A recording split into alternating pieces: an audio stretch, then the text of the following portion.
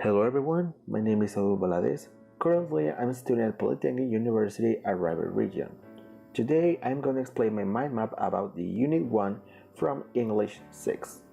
This mind map contains 5 main contents that includes vocabulary, grammar, writing, etc. With no further comments, let's start. Content 1 Vocabulary. In this unit, we will use words related to towns and cities. For example, alley, bridge, crossroads, crosswalk, highway, and tunnel. These words are commonly used when you are talking on English. But we also use some collocation, expressions, and prepositions. But where's the collocation?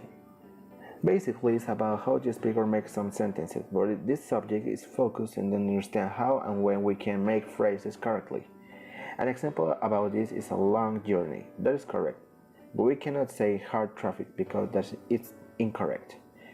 It can be a little hard to understand at the beginning, but with more practice it will be easier. Expressions.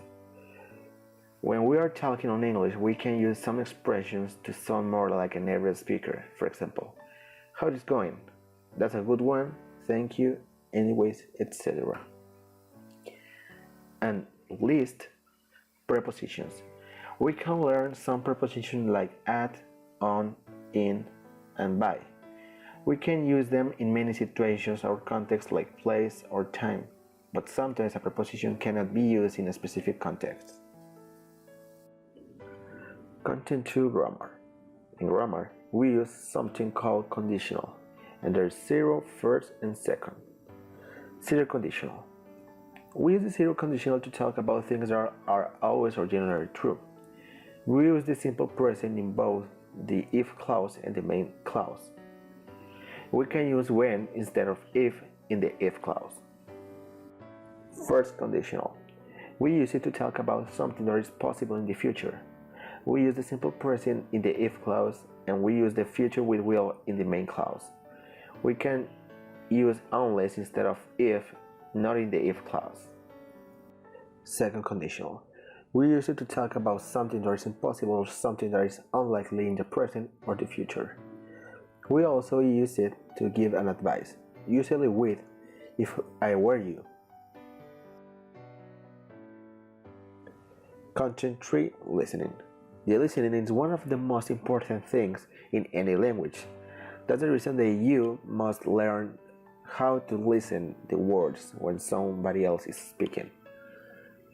Well, the first thing or noodle of the mind map is note-taking. Note-taking is one of the most important things that people can learn, but sometimes it can be really difficult. That's the reason that we can use some tricks to take notes, like focusing the main idea of the sentence. That's all. Noodle 2, writing numbers as numbers or in the words. In this subject, we learn how to understand when people is talking about numbers and learn some advices to pronounce them numbers in a better way. Content 4 Speaking. When your partner is answering your questions, try to remember the main points. You will use this information when you give your partner your advice. If you don't hear or understand the information he or she gives you, make sure you ask your partner to repeat it again. And finally, content 5 Writing. Think about the different kinds of information you want to give and make these ideas into different sections. But remember, that's important to use headings.